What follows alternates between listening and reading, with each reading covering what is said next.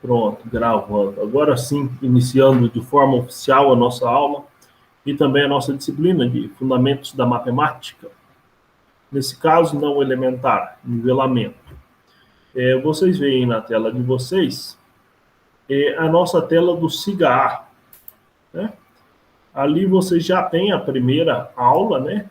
A aula foi gravada aí antes de iniciar a disciplina. Eu deixei aí para quem quisesse entrar de forma...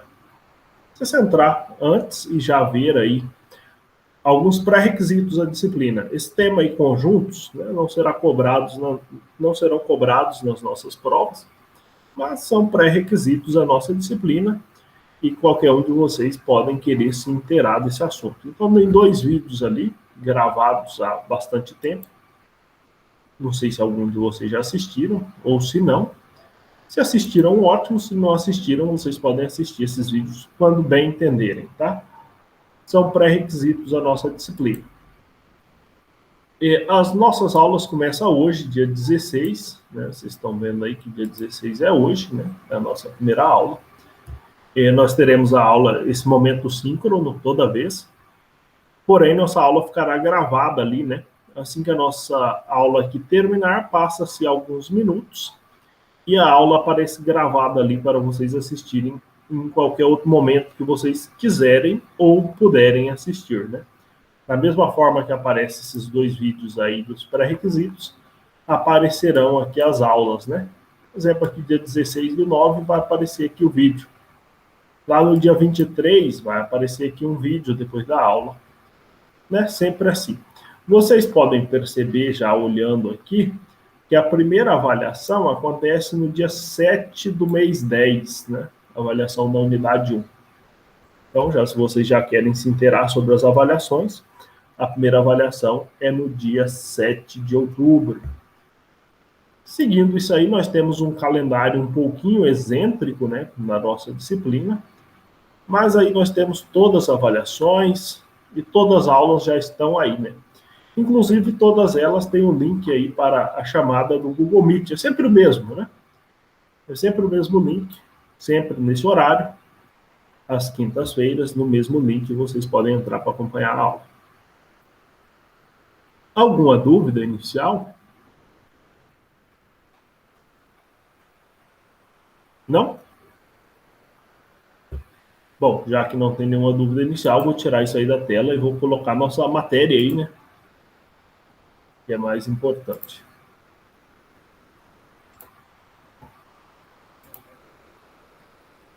Bom, conforme vocês já sabem, essa matéria aqui no curso de vocês, essa matéria recebe o nome de Fundamentos da Matemática Nivelamento, né? Esse é o nome que ela recebe aqui, né?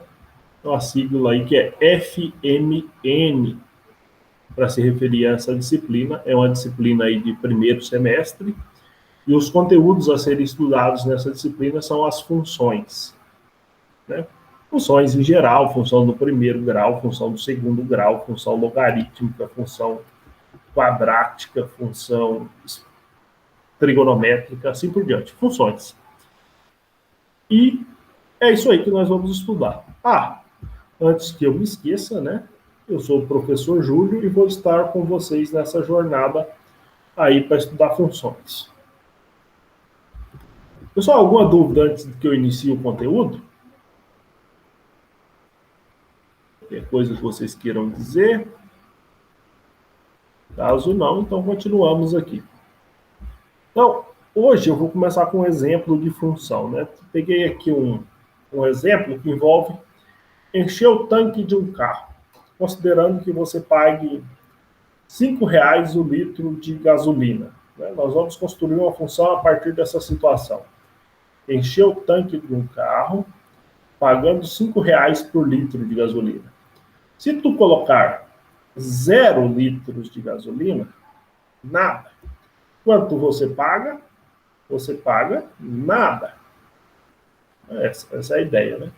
Se você não coloca nada de gasolina, você paga nada.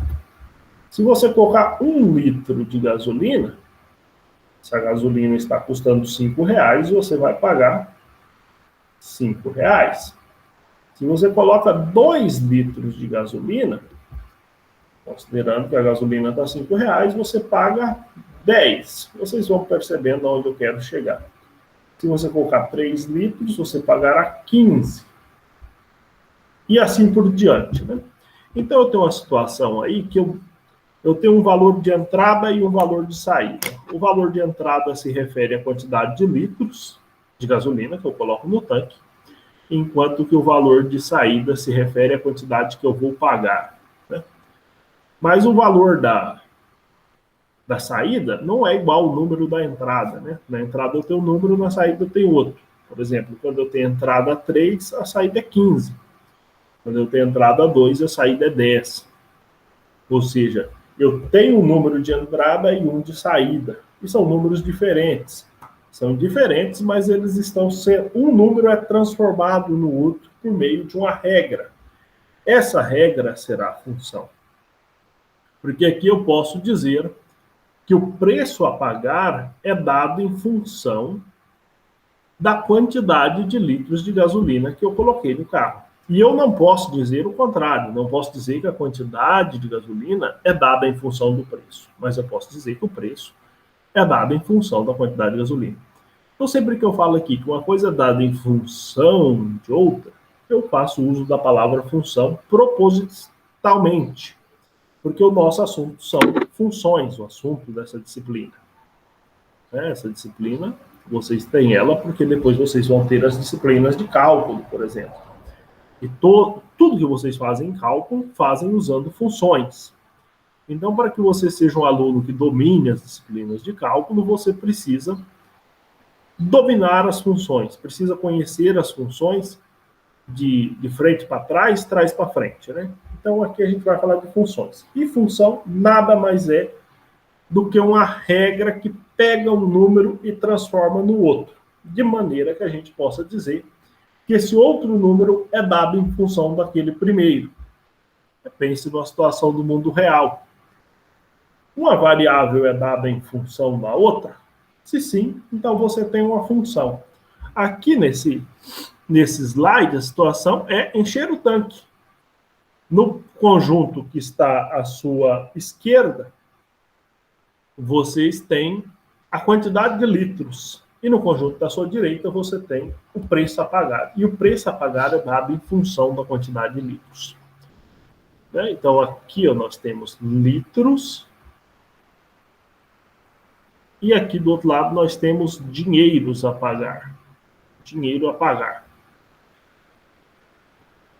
E se eu for olhar aqui, qual é a regra que está pegando o número do conjunto onde estão os litros e transformando em quantidade a pagar, né, seria o equivalente a dizer, se eu tenho um número genérico aqui, um número X, ele é multiplicado por 5. Né? O preço a pagar é 5 vezes X. Né? Já que, nesse exemplo hipotético, o preço da gasolina é R$5, né, por litro. Então, se você abastece 0, paga 0. Abastece 1 litro, paga R$5. Abastece 2 litros, paga 10. Abastece 3, paga 15. Abastece 10 litros, paga 50. Ou seja, você pega o número, a quantidade de litros, multiplica por 5, obtém a quantidade a pagar. Né? Então, a regra matemática aqui dessa função, né, é essa daqui, 5x. Né? Eu poderia dizer, né, já que os elementos que estão aqui no conjunto à direita é o preço, né, são os elementos funções de x, eu poderia dizer que a f de x é igual a 5x. Né, a função de x. Né? Então, note que esse primeiro conjunto aqui eu vou chamar de A, para facilitar, e esse segundo aqui eu vou chamar de B. No conjunto A, quem são os valores que aparecem no conjunto A? Os valores que aparecem no conjunto A são os números que representam quantidade de litros, enquanto que no conjunto B são valores que representam valor, quantidade a pagar em reais. Né? E a função, a lei de transformação ali é f de x igual a 5x nesse caso especial. Cada função tem uma lei de transformação específica. Essa daí é f de x igual a 5x. Depois, nós colocaremos essa definição de forma extremamente formal para vocês entenderem o que está acontecendo. Mas por que então vocês tiveram aqueles vídeos de pré-requisitos sobre conjuntos? Porque aí na tela de vocês têm dois conjuntos numéricos. Né? Dois conjuntos numéricos. Né? Essa bola azul cheia de números é um conjunto numérico. Em ambos casos aí são subconjuntos dos números reais, né? Seriam os reais positivos, já que você não... seriam os reais não negativos, né? Já que você não coloca uma quantidade negativa de gasolina no seu carro e nem paga uma quantidade negativa para o abastecimento do seu carro. Então, os números que estão nesses conjuntos seriam quaisquer números reais não negativos. Eu coloquei alguns exemplos de números naturais, mas você sabe muito bem que você poderia colocar 2,5 litros de gasolina, você poderia colocar meio litro. Se você colocasse meio litro de gasolina, por exemplo, você pagaria R$ 2,50.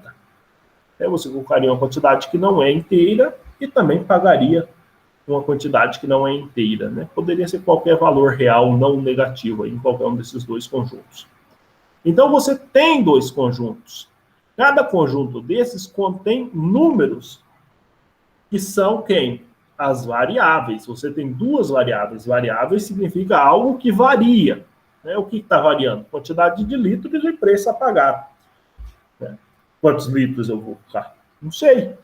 Depende. Você pode querer colocar nenhum litro de gasolina. Ótimo. Problema seu. Você pode querer colocar 1 litro, 2 litros. Né? Às vezes você está abastecendo uma moto, vai colocar 10 litros. Está abastecendo um carro, vai colocar 50 litros. Então, essa quantidade de litros de gasolina que você coloca varia. Se varia, é variável. Só que essa quantidade a gente chama de variável independente, porque ela não depende de ninguém, depende da sua vontade, tá? Então, aqui eu tenho X, que é quem? São os litros, é a variável independente. Independente. Já do outro lado, eu tenho o preço a pagar, que aqui eu vou chamar de f de x. Muitos livros chamam de y também, né? Chamar de f de x ou chamar de y é a mesma coisa. F de x e y é a mesma pessoa. Mas é legal chamar de f de x porque você pode ler como função de x. Você sabe que está em função do x. Também varia, né? Pode ser 0, pode ser 5, pode ser 10, pode ser qualquer número, desde que relacionado ao número lá do conjunto A. Né?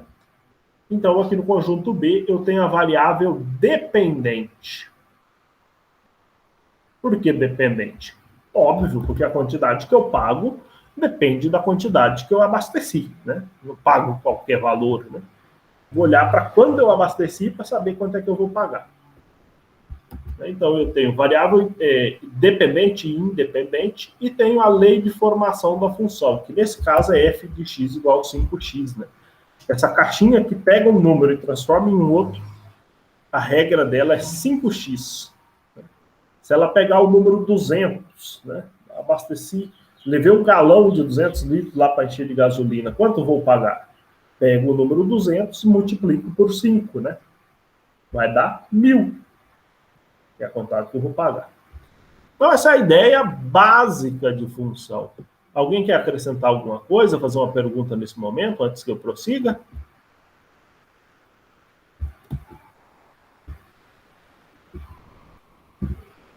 Um pouquinho de história sobre o Newton, né? Mais alguns exemplos aqui, né? Por exemplo de função. A nota da sua prova. A nota da sua prova ela é dada em função da quantidade de acertos que você tem na prova. Suponha que a tua prova tenha 10 perguntas. Todas as perguntas têm a mesma validade, vale o mesmo tanto de pontos. Acertou 5 perguntas, tirou 5 na prova. Acertou nenhuma pergunta, tirou 0 na prova. Ou seja, a quantidade de perguntas não depende da nota que você vai tirar, mas a nota que você vai tirar depende da quantidade de perguntas que você acertou. Então, a quantidade de perguntas que você acertou é uma grandeza variável, nota que você tirou é variável também. As duas variam. Você pode acertar de 0 a 10 questão e tirar nota de 0 a 10. As duas coisas variam. A quantidade que você acerta não depende da nota que você tira, mas a nota que você tira depende da quantidade que você acerta. Ou seja, sua nota é dada em função da quantidade que você acertou. Ou seja, de novo, o conceito de função aí para vocês. E aí nós poderíamos ficar aqui a tarde todas com exemplo de função, velocidade, aceleração. Quase tudo no nosso mundo é modelado por função. Tá? Poderíamos ficar aqui dando 1 milhão de exemplos. Né? O preço que você paga no pão. Né? Suponha que você paga 20 centavos por pão. Se você comprar 10 pão, quanto você paga? Né? Poderíamos ficar brincando com 1 milhão de exemplos de função. Na geometria também poderíamos brincar com exemplos de função, né? Por exemplo, o perímetro. O perímetro de um quadrado. O perímetro de um quadrado, ele é o quê? Ele é a soma dos lados. Se o quadrado tem todos os lados iguais, então o perímetro é 4 vezes a medida do lado. Então, sempre que você pegar a medida do lado do quadrado, você consegue determinar o perímetro, porque o perímetro vai ser dado em função da medida do lado. Então, para calcular a área, né, a área pode ser dada em função da medida do lado, do quadrado, por exemplo, né, se for do quadrado. Função, de novo, né, na geometria, todo lugar você vai encontrar as funções aí para facilitar a sua vida. A função mais simples que nós temos é a função afim. A função afim é a mais simples de todas. Na função afim, a sua lei de formação será f de x igual a x mais b. Nota que o x aparece aqui, né? Esse x, que é a variável independente, ele aparece aqui. O a e o b são números reais, né? E o domínio da função poderá ser qualquer valor real e o contradomínio qualquer valor real, aqueles conjuntos que a gente já viu aí que formam o domínio e o contradomínio. Aliás, eu tenho que explicar ainda essa história de domínio e contradomínio direitinho, né? Mas a função afim, ela será uma função com essa cara, ax mais b. Né? E aí nós temos alguns possíveis exemplos. Antes de chegar lá, né, como é que vai se comportar a função afim? Ela vai pegar números de um conjunto A e trazer para um conjunto B. Né? Vai pegar um elemento aqui, que é um elemento X, jogar no Y para no conjunto B para um valor Y, por meio de uma regra que é esse f de x igual a x mais b. E aí cada função afim vai ter um valor específico para A e um para B, que nós vamos identificar já já.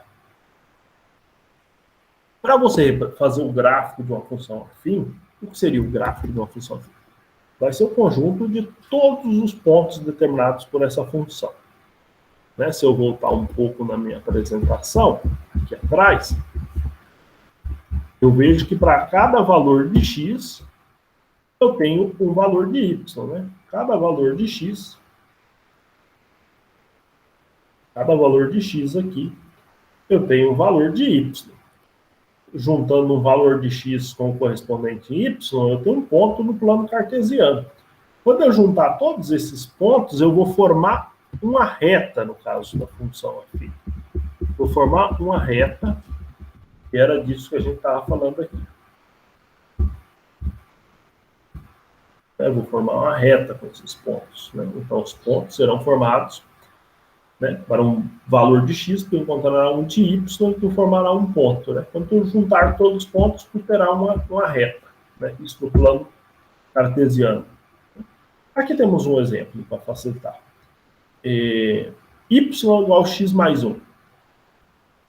Então, tu pensa assim, se o x for 0, for menos 1, por exemplo, quando eu substituir menos 1 aqui, menos 1 dá 0. Quando o x for 0, se eu substituo 0 aqui, 0 mais 1 dá 1.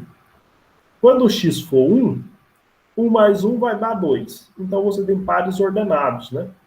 o menos 1 e 0, né? O menos 1 para x e 1 para 0, menos 1 para x e 0 para y, quer dizer, né? Posição menos 1 de x, altura 0 em y. O segundo ponto, 0 e 1. 0 para x e 1 para y.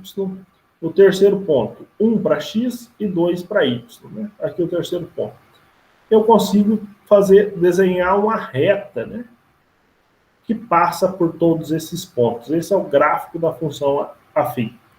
E essa função aqui desse exemplo, especificamente, essa daqui, né, se eu colocar ela com aquela carinha de função afim, que é o f de x igual a x mais b, essa daqui é x mais 1, quer dizer, quem é o valor de a aqui? É 1, e do b é 1, né? Quem está multiplicando o x é 1.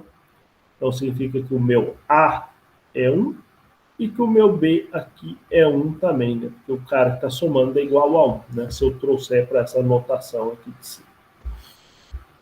E o gráfico dela é uma reta.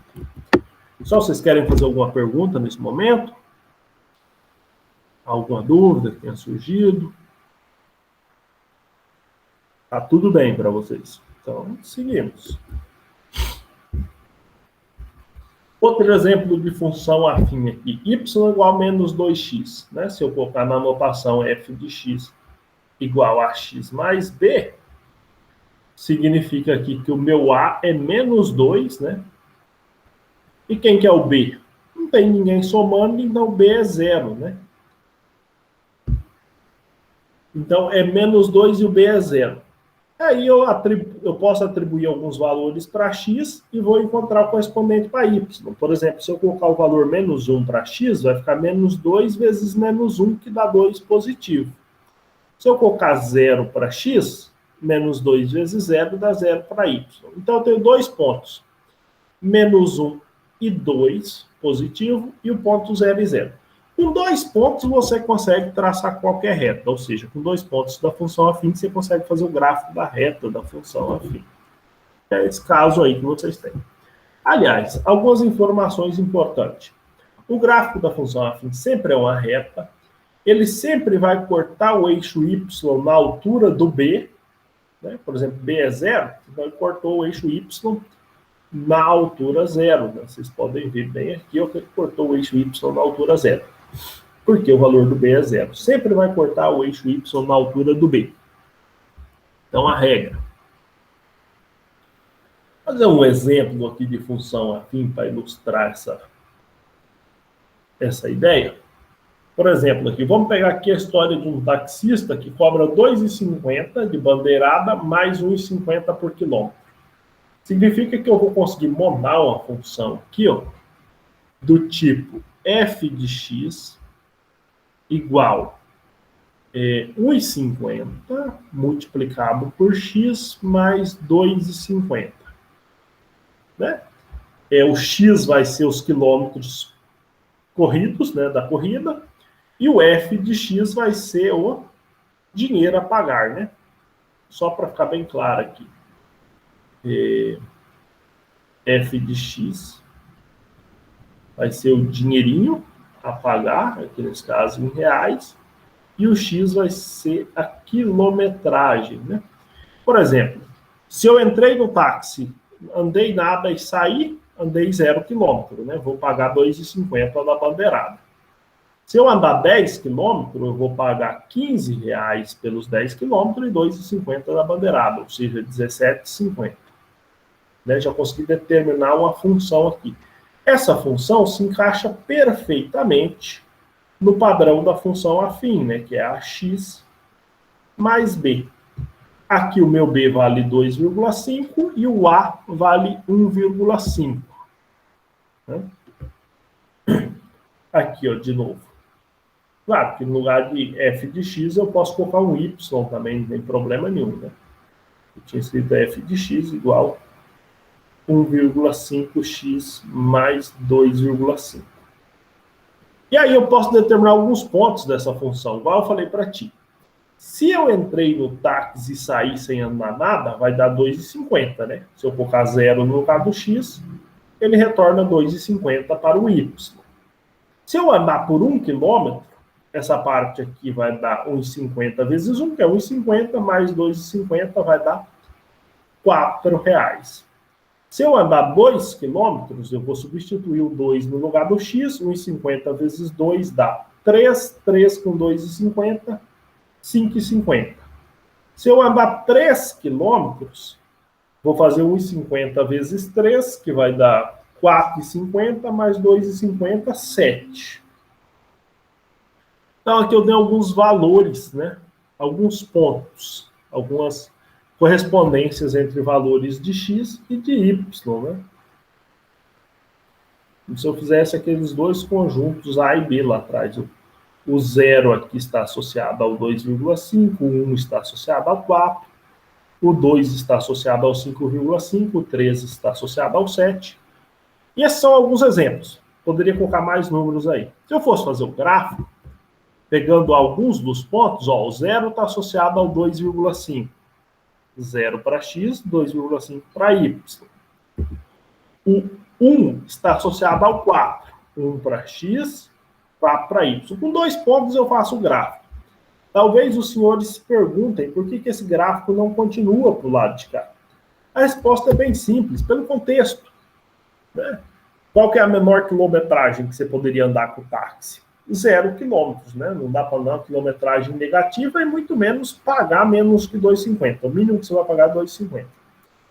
Então, você perceberá aí, sem sombra de dúvidas, que o seu gráfico inicia aqui, né? O seu domínio começa aqui, ó. Né? São apenas valores não negativos.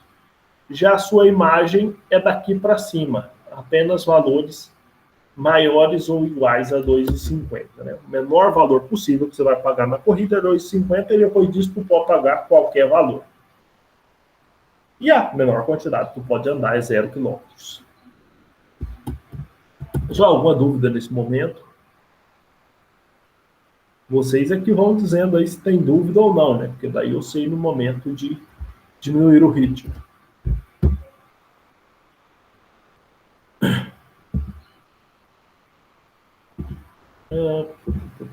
Deixa eu ver se eu vou pular algumas informações aqui. Tá, tem algumas informações aqui, eu vou pular.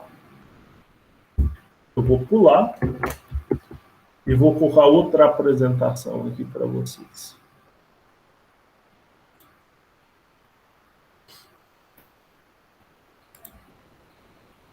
Vamos colocar essa outra aqui.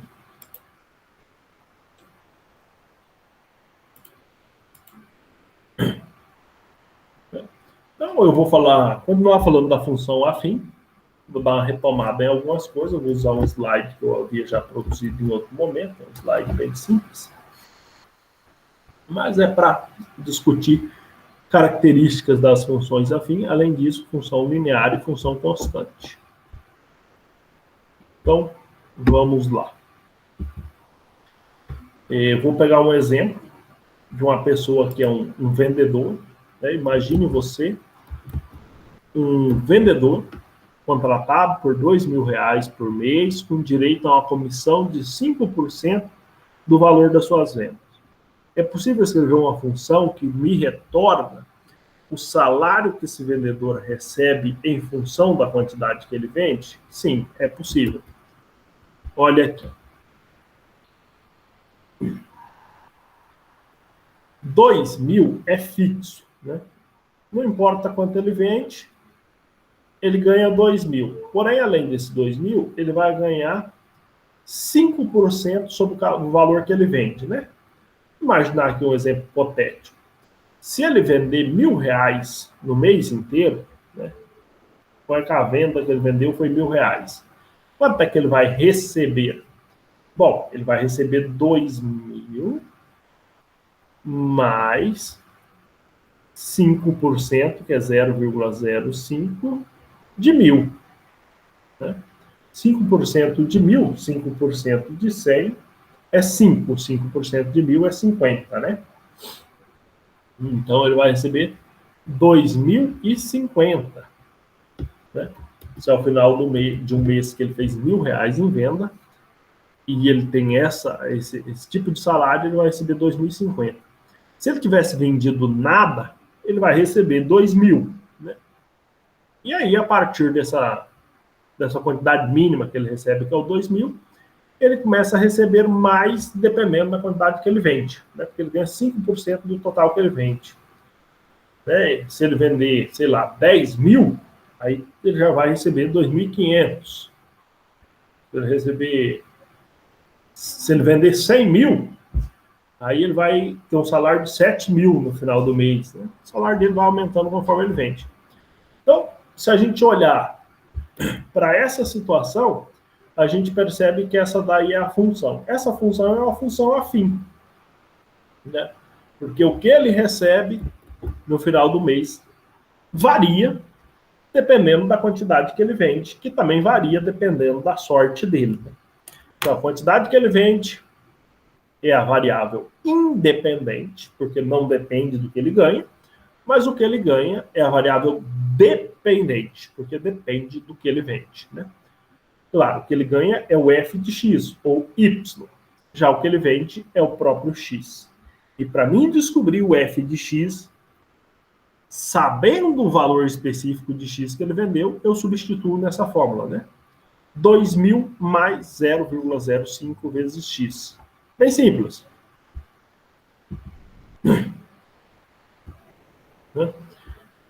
Dito isso, vamos colocar aqui uma definição precisa de função. Né? Uma definição precisa de função para os senhores que viram os vídeos dos pré-requisitos de conjunto é o seguinte: dados dois conjuntos A e B, lembra? Dois conjuntos A e B. Um conjunto A e um conjunto B. Uma função de A em B, f indo de A para B, é uma relação que associa cada elemento x pertencente a A, um elemento f de x ou y pertencente a B. Com um único, associa cada elemento do conjunto A com um único elemento em B. Tá? Não associa com um elemento de A com dois elementos de B ou mais, ou com nenhum, não. Tem que associar cada elemento de A com um único elemento em B. Essa é uma função. Essa é a definição. O conjunto A dessa história que eu falei vai ser chamado de domínio. Então, quem é o domínio da função? É o conjunto A. Aqui eu voltando no desenho. Esse aqui é o domínio. Domínio. E esse conjunto B é o contradomínio. Contradomínio. Então, conjunto A, conjunto B. Conjunto A é o domínio, conjunto B é o contradomínio. E quem que é a imagem? Bom, como nós vimos, alguns exemplos, devido ao contexto ou à regra matemática, tem que se excluir valores. Né? Se eu voltar lá no taxista, o menor valor da corrida era 2,50. Então, apesar do contradomínio lá for qualquer números reais, a imagem só poderia ser números maiores ou iguais a 2,50. Né? Esse é um exemplo. Ou ali do próprio vendedor, né?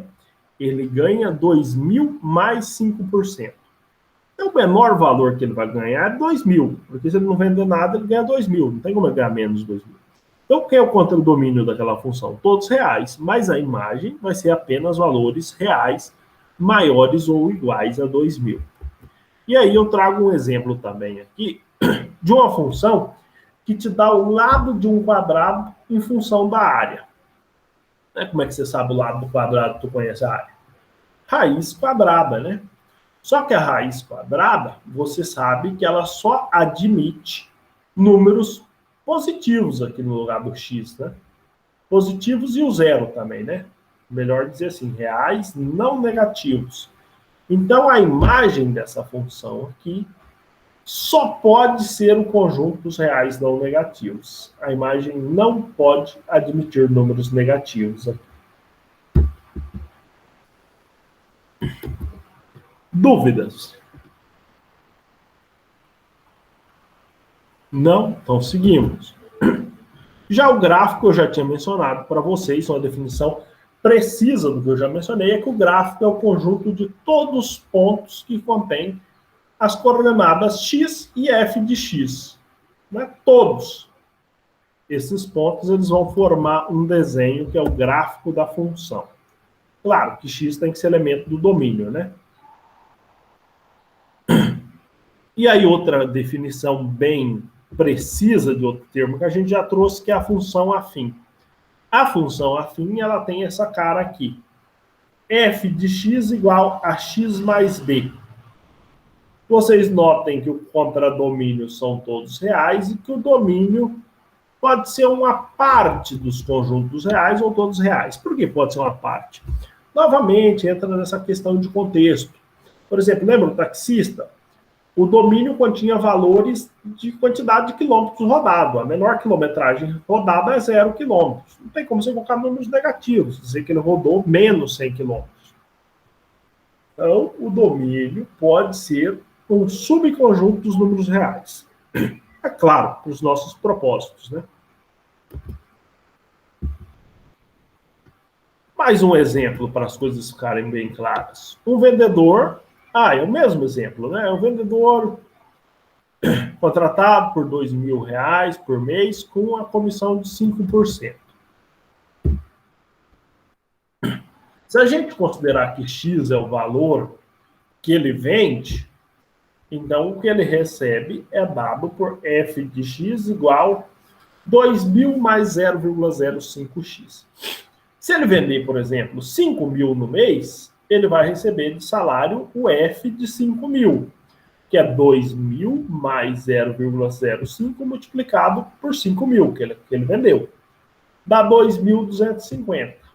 Aqui está o F de X. E aqui está o 2.000 mais 0,05x, que dá 2.250. Se eu for fazer um gráfico dessa situação, eu vou ver que o valor mínimo que ele recebe é 2.000, que é quando ele vende nada, ele recebe 2.000.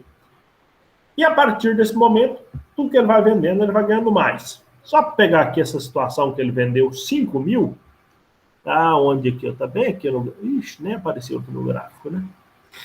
Ou apareceu? Apareceu, né? Que já é 14.000, 5.000 tá aqui, ó. Entre o 4 e o 6 aqui tá 5.000. Né? Vai dar um valor por aqui, ó. Mais ou menos aqui um pontinho, né? Tá entre o 2.000 e 2.500, né? Ou seja, o 2.250 é o valor. Pessoal, dúvidas aí até agora?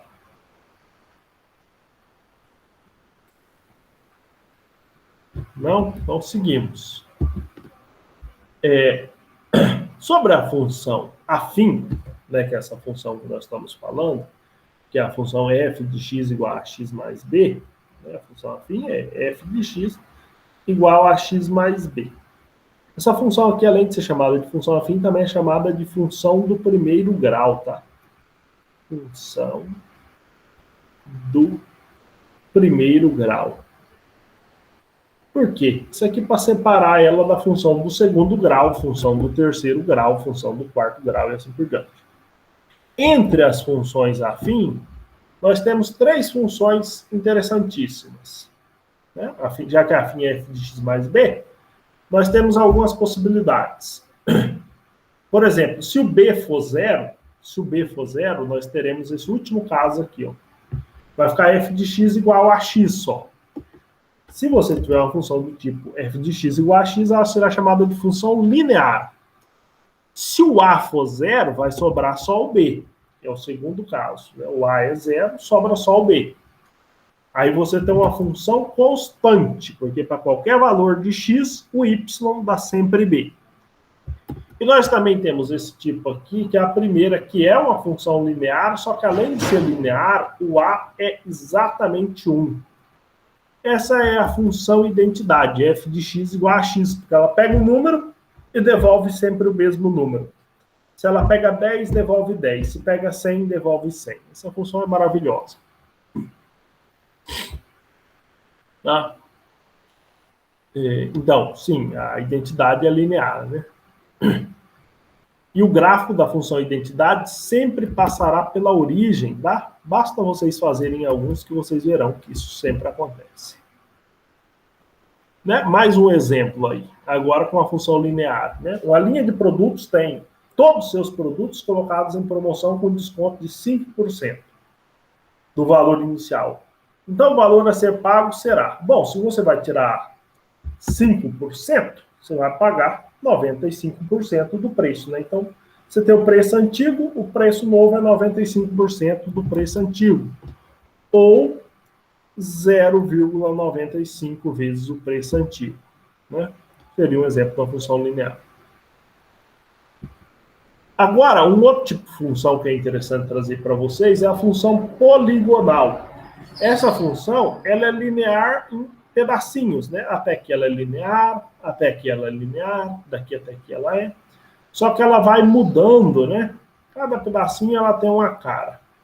Vocês querem um exemplo bacana de função assim? Ó? A sua conta de água, né? Até 10 metros cúbicos, você paga um preço por metro cúbico. Bacana. Entre 10 e 20 metros cúbicos, você paga outro preço por metro cúbico. Entre 20 e 30, outro preço. Então, vai formar vários intervalos parecendo função afim.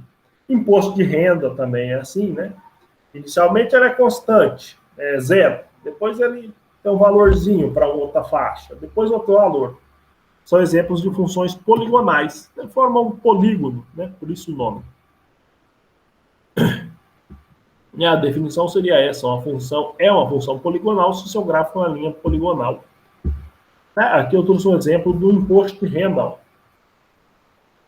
Até 900 é isento.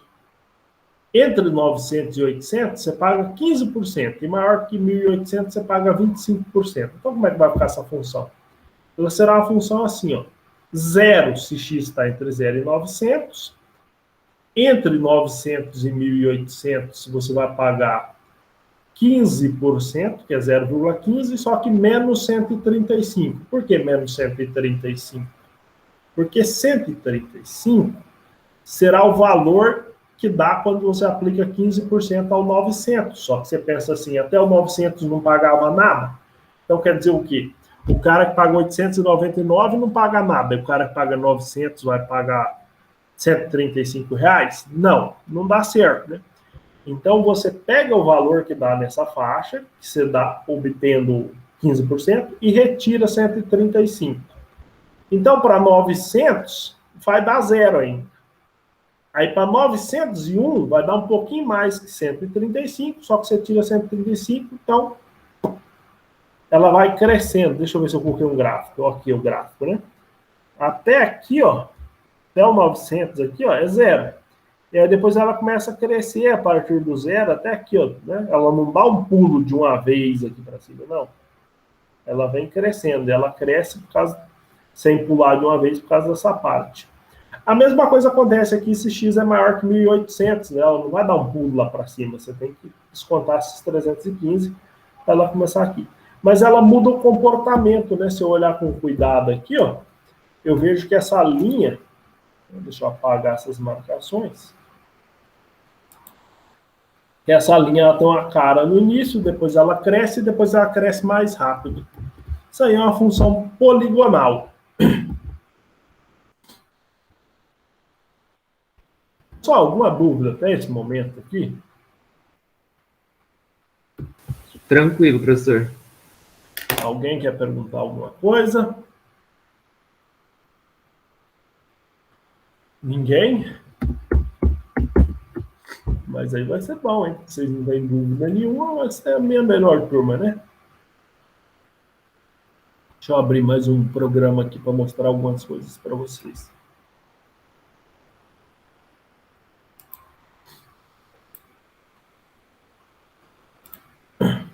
Vou mostrar um pouquinho de gráfico de função para vocês. Aparecendo aí. Vamos lá. Agora vai aparecer. Vou mostrar um pouquinho de gráfico de função para vocês. Então, conforme eu disse para vocês, vocês têm as funções, né, os conceitos de funções.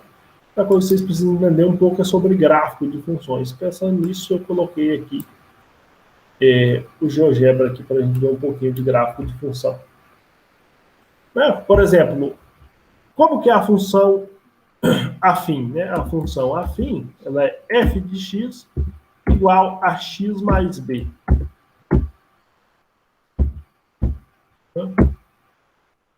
Pronto. Apareceu o gráfico de uma função aí na tela, né? Vocês notem que esse gráfico que apareceu aí na tela, ele pega os valores de A igual a 1 e de B igual a 1 também, né?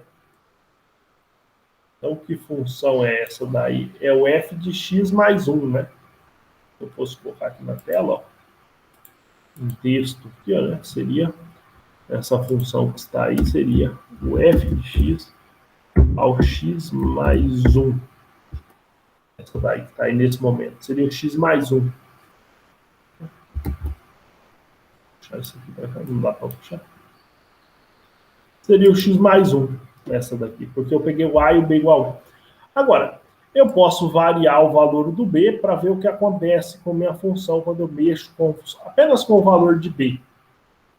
Eu tinha dito inicialmente que o b determina aonde a função passa pelo eixo, né? Aonde a função passa pelo eixo. Eu tinha dito, por exemplo, que se b é 0, ela vai cortar o eixo y na altura 0. Se b é 1, vai cortar o eixo y na altura 1. E assim por diante. Se o b for negativo, ela vai cortar o y em algum valor negativo, né? Ó, vou parar aqui, ó. Parei no 0,3. Eu vou arrastar um pouquinho para pegar um valor aqui, ó. Opa, bem no 0, né? Se o b é 0, ela passa bem na origem, né? Aliás, se o b é 0, eu estou falando da função linear, né? Que sempre passa pela origem. Essa função que está na tela de vocês no momento, mais do que linear, ela é a função identidade, porque o a é igual a 1 e o b é igual a 0. Mas se eu mexer o valor de a, ela deixa de ser linear, mas ela deixa de ser identidade, mas não deixa de ser linear, né? E aí tem outro assunto também interessante para falar, que é sobre o valor do a, né? Vocês viram que o valor do b mostra a altura em que corta o eixo y. O valor do a mostra sobre a inclinação da reta.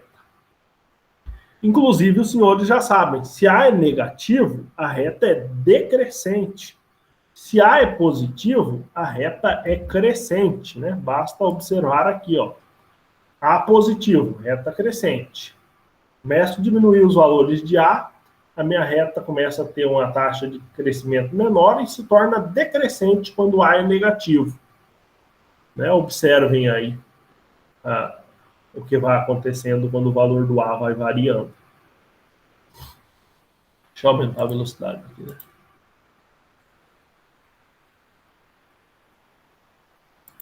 Vou colocar o b e o a, os dois para mexer.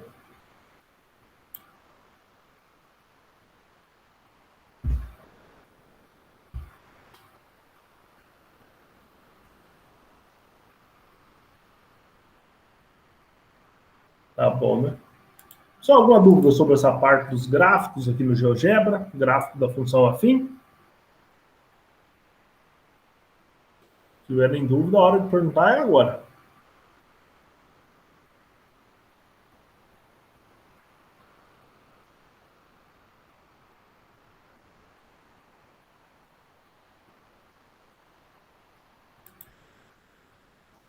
Bom, então como vocês não têm muitas dúvidas no momento, eu vou deixar vocês com esse conhecimento atual aqui de funções, né? O recado meu para vocês nesse primeiro momento é façam gráficos. Eu ainda não passei, daqui até a semana que vem eu vou passar uma lista de exercícios para vocês, mas por enquanto vão namorando com esses gráficos aí e reassistam essa aula 1 ou 2 vezes para vocês pegarem todos os detalhes. Beleza, gente? Combinado? Beleza, professor. Combinado. Professor. Beleza, então vamos encerrar aqui e nos vemos na próxima.